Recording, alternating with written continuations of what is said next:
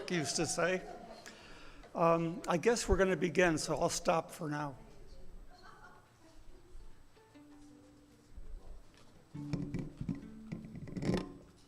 Sorry. Yikes, too close.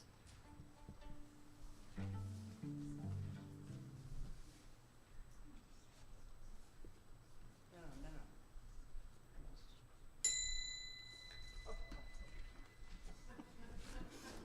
Good words first.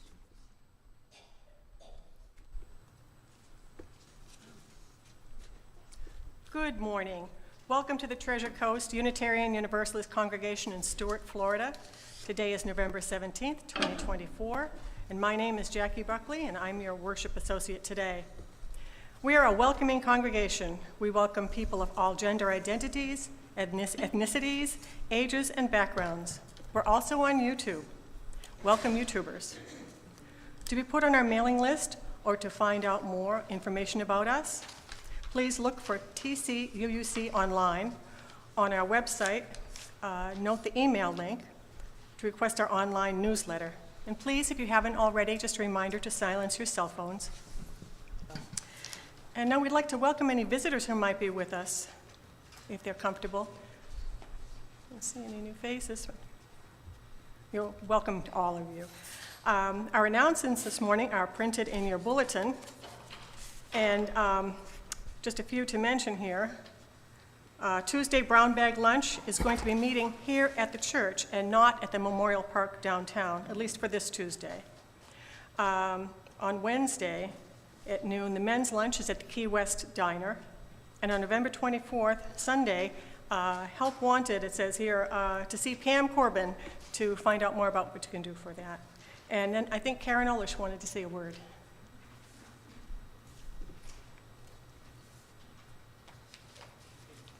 Good morning. So in January, I'm going to be starting an adult spirituality class called Journey to the Soul, exploring world religions and crafting your own personal theology. It's kind of, as it says, we're going to be exploring all different kinds of religious ideas and faiths and wisdom across the ages, and then seeing how that can be worked into our own theology of sorts. So right now what I have, and I have a longer description which you can read. I'm going to put this out with the sign-up sheets, but I'm just trying to gauge interest. So if you're interested, if you could just put your name, whether or not you'd prefer it to be in person or on Zoom, and then whether or not you're available in the mornings, afternoons, or evenings. So I'm just trying to get an idea of what might work best for everyone. Thank you. Thank you. Just a reminder, we'll have coffee and refreshments in the social hall after the service, and we hope you'll all be there. Want to extend a special thank you to those who helped with the service today. We have a musical extravaganza today that's wonderful. Jackie Robbins on the cello. We have Emily McHugh on the violin, Chaz Russell on drums, and Judy Bujoris at our piano. Thank you all. Our greeters today, I believe, are Janet Grote. We thank our ushers in advance. Our tech elf is Karina Poloni, and our tech support, Rachel Valentino. Our backups are Stan and Alistair Forrester. Our hospitality team today is Joanne Leone, Marguerite Gregory, and Betty O'Brien. Thank you all. And in the pulpit today is our own Reverend Bob MacDonald. And now for our prelude.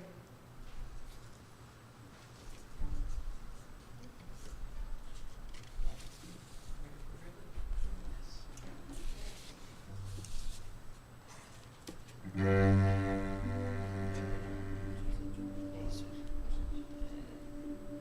not rehearsed, so bear with beautiful music and us.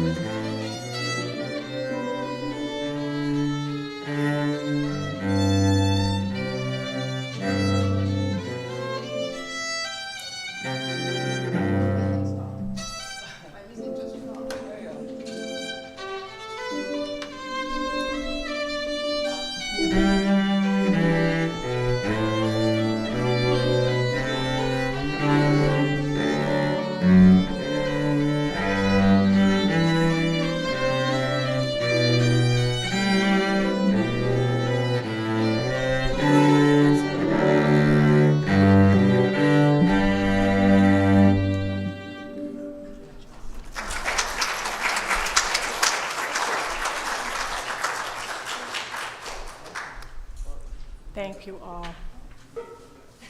Awesome. For the chalice lighting, our words this morning are from Reverend Maureen Killarn. For every time we make a mistake and we decide to start again, we light this chalice. For every time we are lonely and we let someone be our friend, we light this chalice. For every time we are disappointed and we choose hope, we light this chalice. Our opening words. Sometimes the simplest and best use of our will is just to drop it all, to walk out from under everything that is covering us, even if only for an hour or so. Just walk out from under the web that we've spun, the tasks we've assumed, the problems we have to solve. They'll be there when we get back, and maybe, just maybe, some of them will fall apart without our worry to hold them up. Our first hymn is number 112. We're going to sing 3 verses, and please stand if you are able.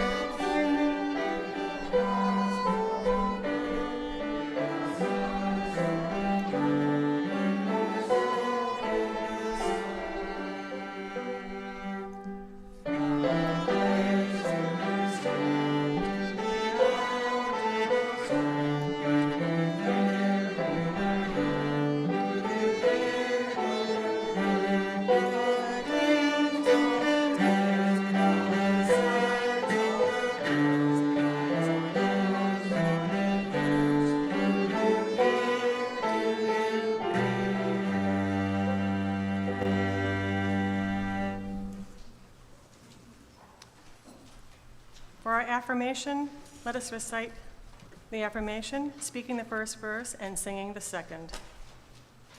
Love is the spirit of this church, and service is its law. This is our great covenant, to dwell together in peace, to seek the truth in love, and to help one another.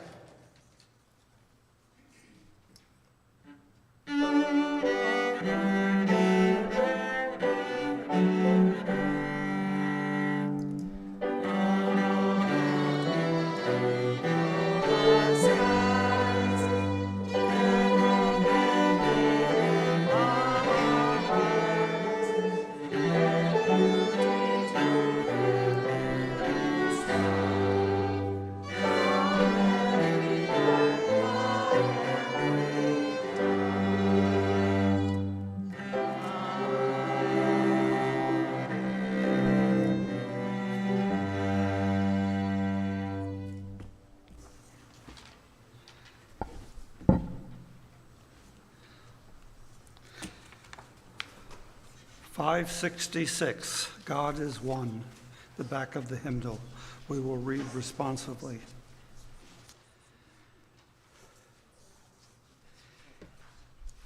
In this world, there have always been many opinions about faith and salvation. You need not think alike to love alike. There must be knowledge in faith also. Sanctified reason is the lantern of faith. Religious reform can never be all at once, but gradually, step by step. If they offer something better, I will gladly learn. The most important spiritual function is conscience, the source of all spiritual joy and happiness. Conscience will not be quieted by anything less than truth and justice. We must accept God's truth in this lifetime. Salvation must be accomplished here on earth. God is indivisible.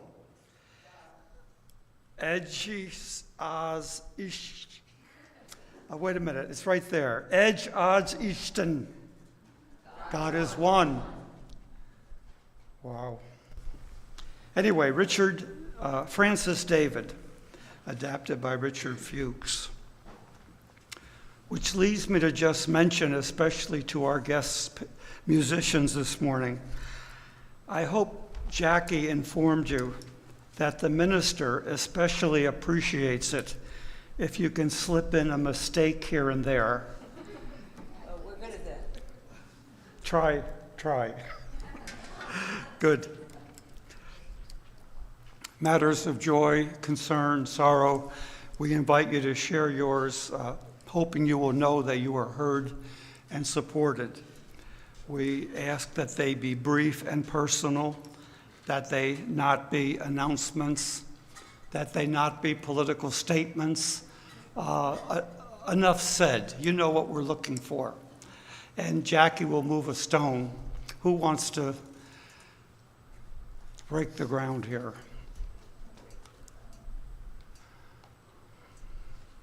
Hi, I'm John, and I want to thank all of those of you who came on Friday night to hear me play. As Bob has mentioned, life is a practice in imperfection, and we learn this more and more every day. And one of my favorite composers, Charles Ives, he loved that. He loved people making mistakes. So hopefully you enjoyed all the right things I did and the mistakes as well on Friday. Thank you so much. It was wonderful, John. Hi, I'm Jackie, and I was bitten by, I don't know, probably a spider in my eye the other day, and I thought it was just a sinus thing. Wow, I'm having a sinus problem because it hurt, and I don't look in the mirror very often, as you probably know. And over the days, it was pretty swollen. It was not anyway. It reminded me of compassion because I thought this little itsy bitsy thing is giving me pain. And what about the people who have burns? And it just reminded me again that we must be able to reach out to those who are in pain, whether it's spiritually or physically, and help if any way we can. So that was a great joy for me to be reminded again that compassion is part of why I'm here, because you all remind me of that a lot. Thank you.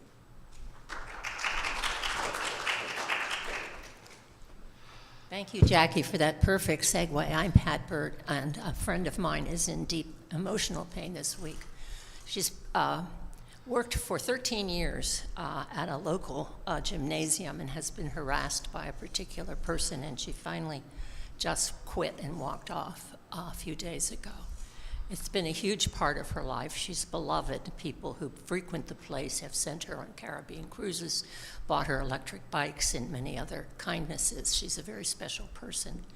And I dropped off some fried chicken to her this morning because she's in pain. And I just want to thank Jackie for that segue about all different kinds of pain.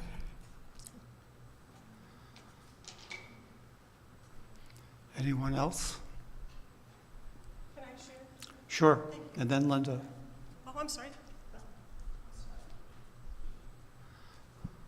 Our grandson, Ian, is in the Navy. He's on a carrier in San Diego, and the carrier is leaving tomorrow for 6 months. And so we're thinking of him. He'll be gone for Thanksgiving and Christmas. He's working on a nuclear reactor. The good news is the Navy only lets these men who've trained for 2 years. The bad news is they don't have enough, so he's working really hard. So they'll be headed for the South China Sea. For Singapore, we don't know. They never tell you exactly. They're going through Singapore and Guam, maybe spending Christmas in Singapore, and then possibly Korea and Thailand. So we'll be thinking about him. Thank you.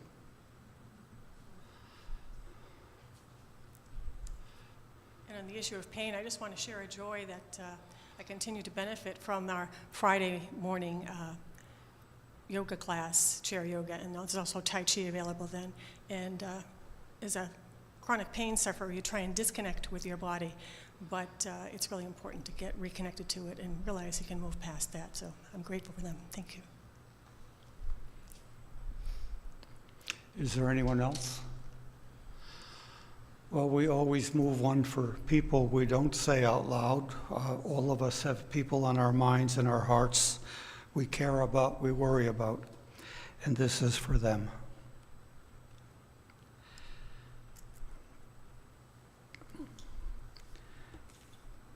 The meditation is from the back of the hymnal by Richard Fuchs entitled, "We Lift Our Hearts in Thanks." For the sun and the dawn which we did not create, for the moon and the evening which we did not make, for food which we plant but cannot grow, for friends and loved ones we have not earned and cannot buy, for this gathered company which welcomes us as we are from wherever we have come, for all our free churches that keep us human and encourage us in our quest for beauty, truth, and love, for all things which come to us as gifts of being from sources beyond ourselves, gifts of life and love and friendship. We lift up our hearts in thanks this day. And now moments of silence.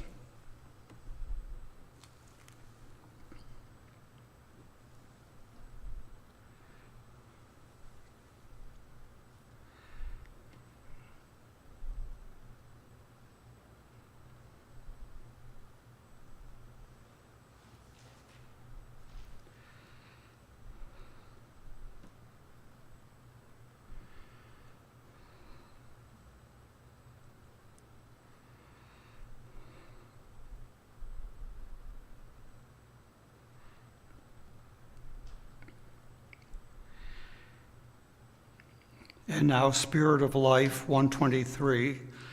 We hum it once, then we sing it once. 123.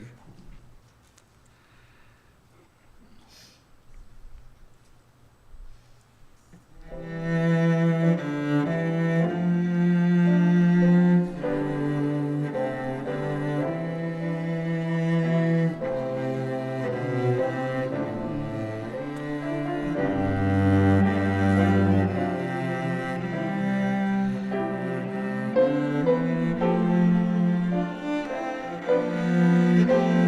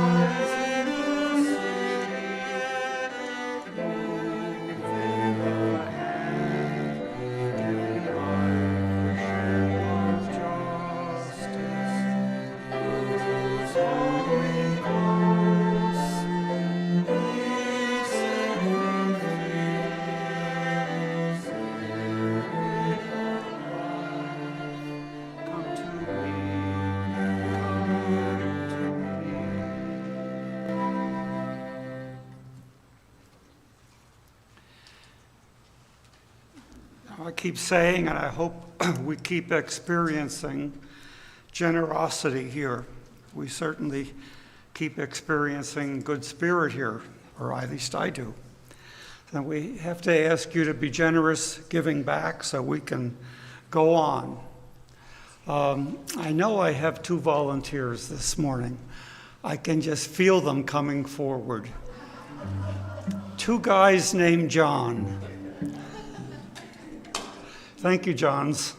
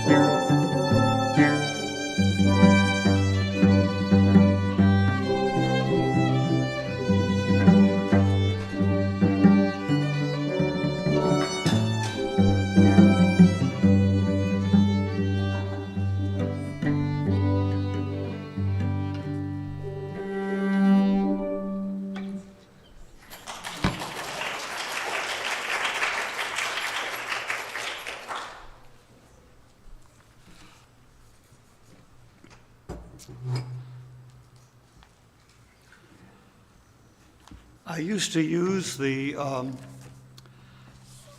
Wednesday morning book group I called Faith Discussion to seed my sermon pool ideas. Now I have the John Buren's book every other Tuesday or so to do the same. We are reading the UU minister John Buren's for his thoughtful take on Hebrew and Christian scriptures.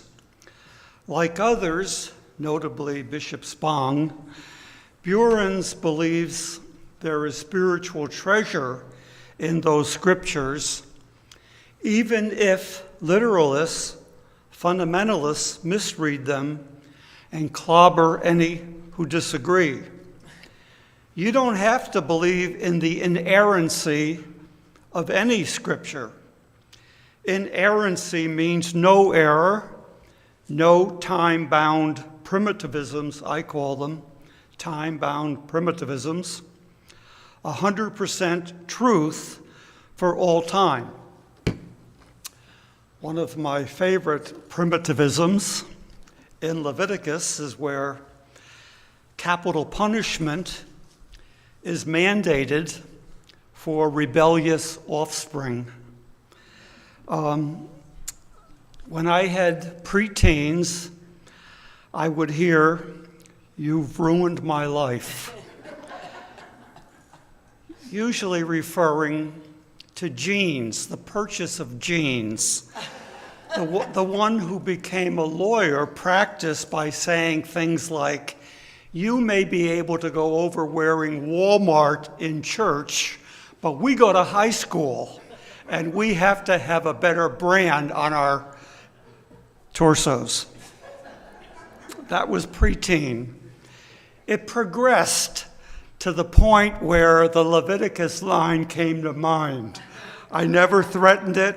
I never really thought about it, but it came to mind. But anyway, Buren says, and I have felt for a long time, it doesn't have to be all true and all valid for all time to have truth in it for you or for me. Or so I continue to find it.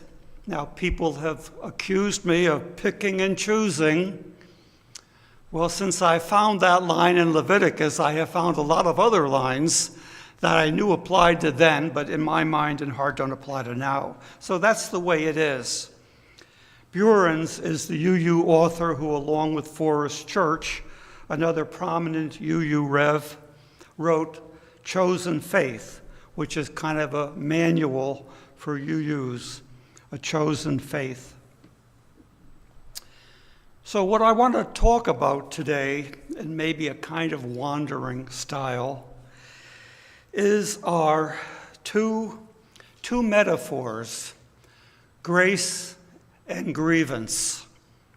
The latter, I kind of feel, has taken over in a place I never thought it would.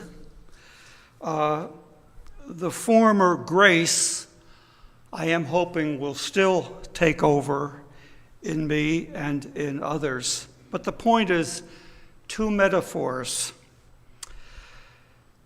Grievance says in Understanding the Bible, everybody has a metaphor. Now, you may not know what your metaphor is. You may not think about it.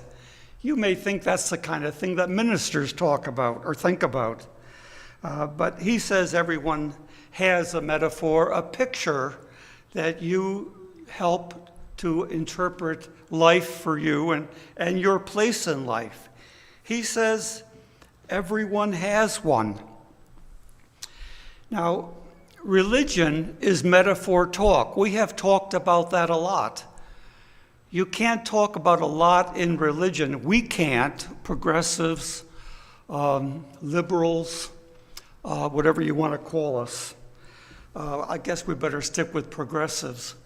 But anyhow, you can't talk a lot about different aspects of religion, and in my mind anyway, not be aware that you're talking in picture talk.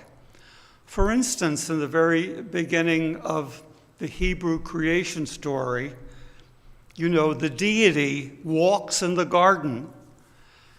Now, in order to walk, you have to have feet. And the deity says to the ones that no doubt gave the deity the kind of feelings I had about my teens, the deity says to the hiding Adam and Eve, who claim they're hiding because they're naked, the deity says, "Who told you that?" So that's picture talk. And I won't go on about that except that, picture talk. So there's a lot of interesting picture talk, and you only get meaning in it by thinking about it and seeing how it applies. One of the sources for my guidance in college, which was a while back, was the philosopher Whitehead. In one of Whitehead's writings that I thought I could understand, he said that our spirituality advances when we grow from deity as a kind of enemy, a ruler, holding a ruler over us to measure us and to say no to us, thou shalt not, when we grow from that to a deity who has become a companion, a presence in our lives, who whispers, "You're better than you think. You aren't alone." From enemy to companion. 60-some years ago, that made sense. Metaphor is our guide through life, the way we are guided through life. Now, last week, Karen spoke and sang beautifully about the guidance she got, or possibly didn't get, in her early years. It was really touching, because all of us can relate to that line in the song, "Out there on my own." Who hasn't felt that? I grew up with people who had the metaphor of fate. They didn't use words like metaphor or fate, but that was their metaphor. They were hard-working, hard-drinking folks in upstate New York. Their world after work was marinated with alcohol. I don't know what else to say about it. It was there. I did but I did some reading on alcoholism and how it affected grandchildren, because we were there as grandchildren being cared for because we had a single mother who had to go out to work. And I remember a book by an author, I think her name is Wojtitz. And I remember the one thing she said is when you grow up in a household so marinated, you don't know what normal is. You don't know what normal is.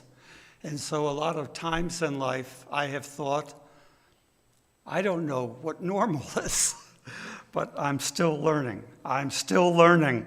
So there was that. There was also mental illness. I told you about an uncle who came home from a battleship in the Pacific. He came home not to care. There wasn't really care offered to him, but there was torment offered to us.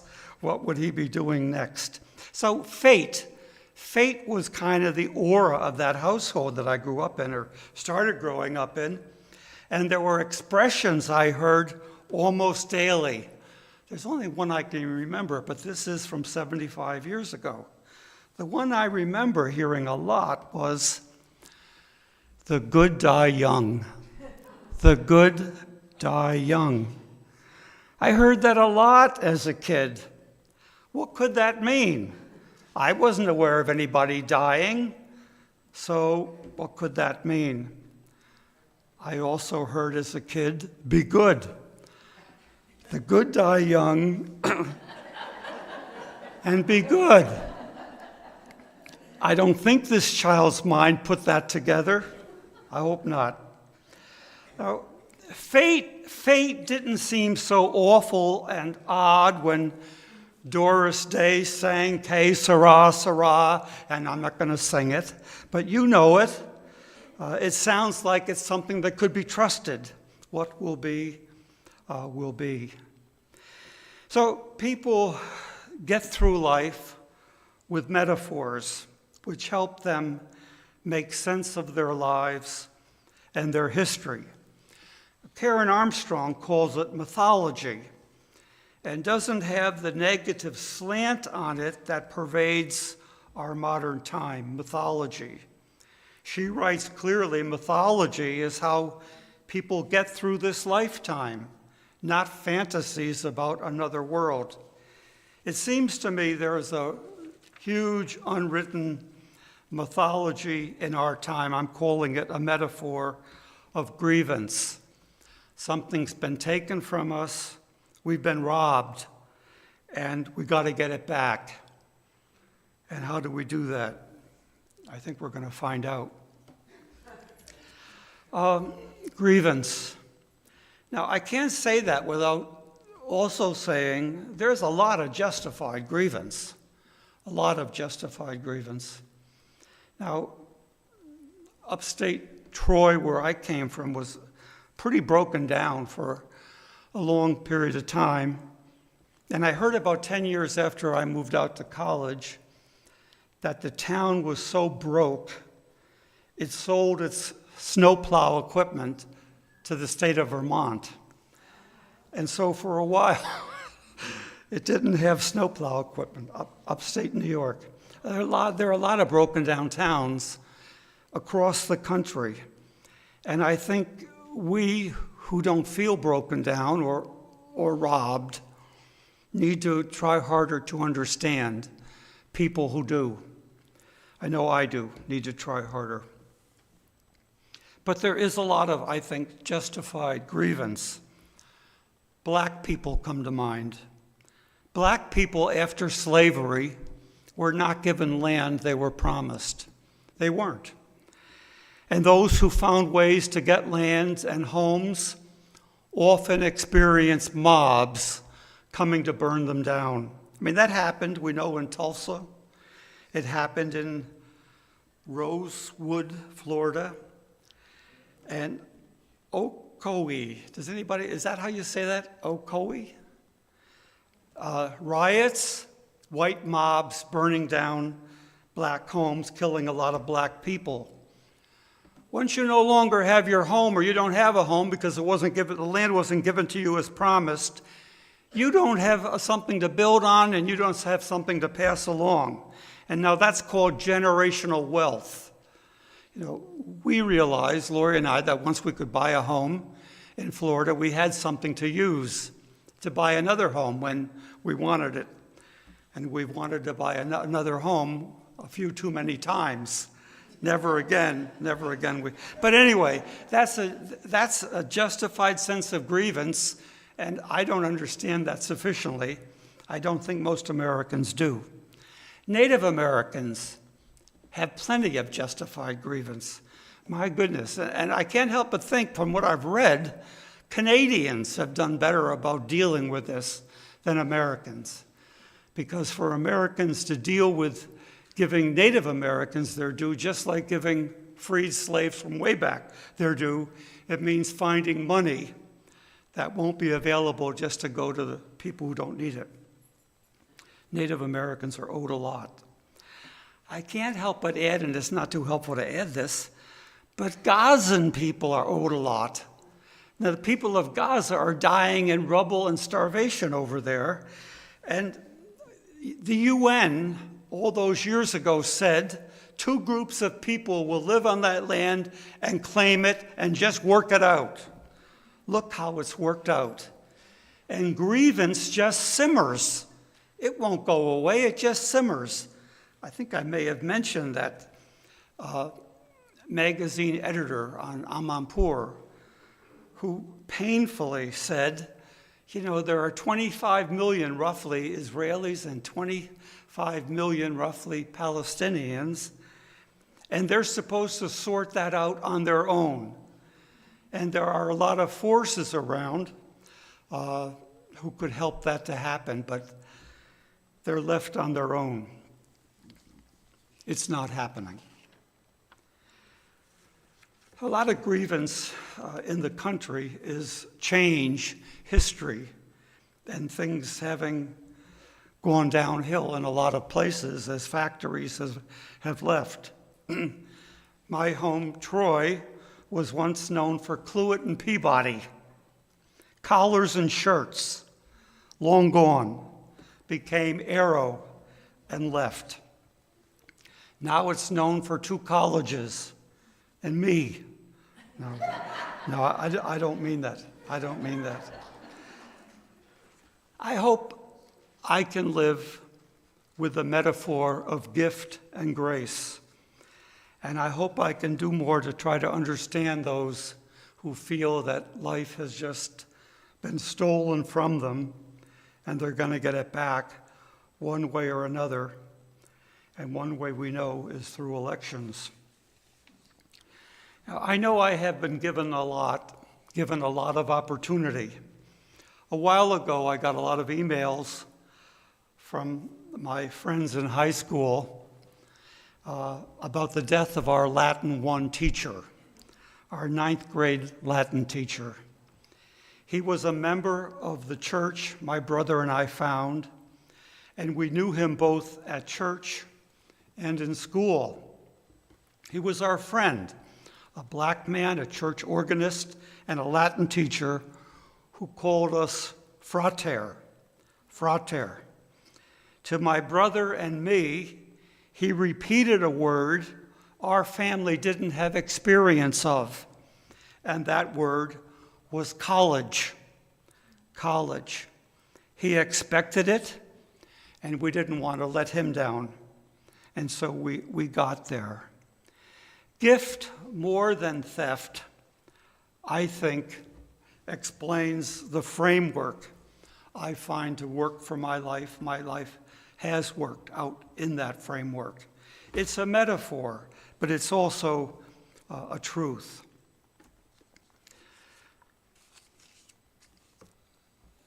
Chesterton wrote, "Thanks are the highest form of thought, and gratitude is happiness doubled by wonder." Happiness doubled by wonder. Knowing that gift describes what's been done to us more than theft makes our place in community different, makes our wish for community different. we are more likely to ask, and what can we do in grateful response? We are about to live in times that will try our biggest metaphors. I call those God and gift and grace because they have been my experience, and I hope yours. I hope I and we don't give in to a smaller vision. Beloved community is what we all need now to help each other through the times ahead.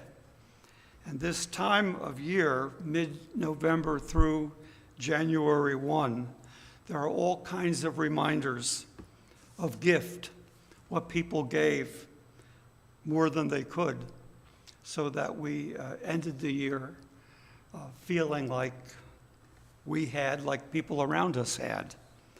So that's the framework, the metaphor that speaks to me as we get through this time of this year, and possibly, I hope, that will speak to me and us in the years forthcoming. Now, the hymn is 115, God of Grace and God of Glory. Harry Emerson Fosdick, a Baptist minister in the UU hymnal. Harry Emerson Fosdick fought the fight with literalism and fundamentalism, and this is his contribution to hymnody. And he was a hero in the movement. Oh, how we still need him. 115.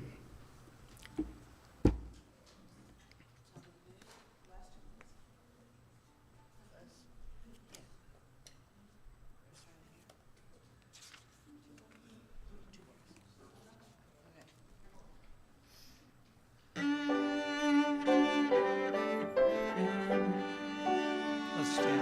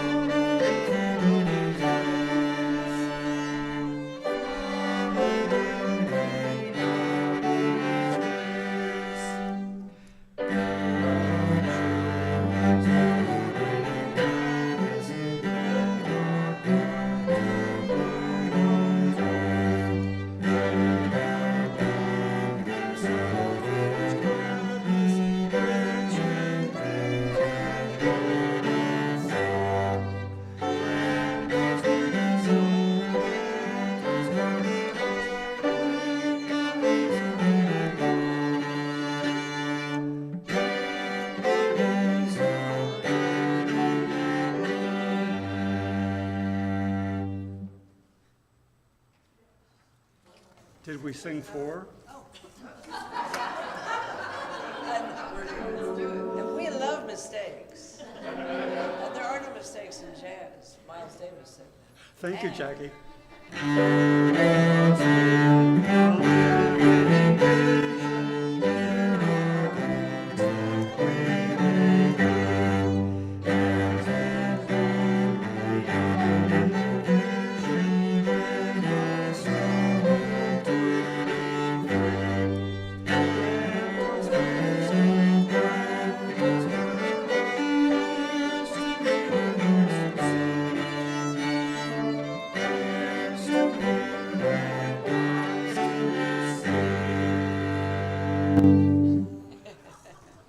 You want to do it again?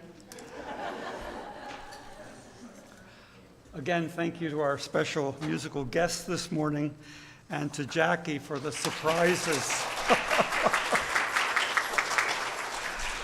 And remember that we gather afterwards for the second half of our time together, coffee hour. The closing is from the back of the hymnal.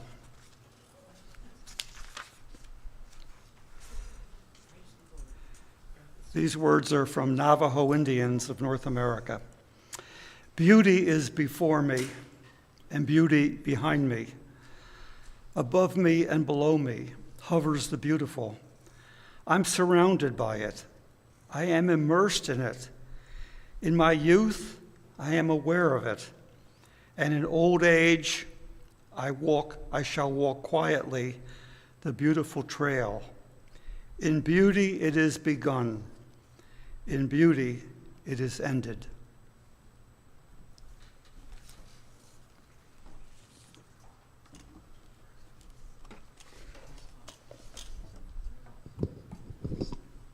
Our postlude is a tune written by Chaz's beautiful wife, Loretta.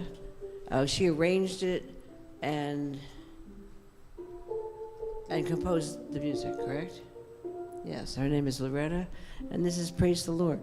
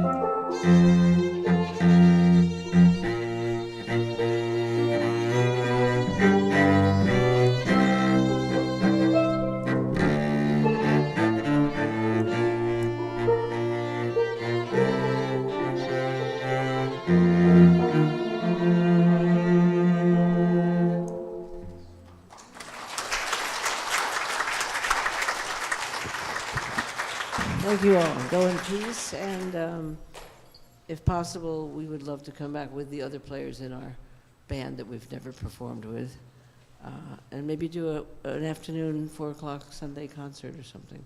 We have a lot of music, but we never got to play at the Grievance Center because the person who was the keynote speaker did not have the same political beliefs as.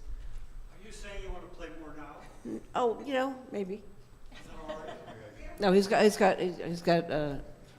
2 hours is 2 hours. But we would love to come back sometime and play either here or out there and do like a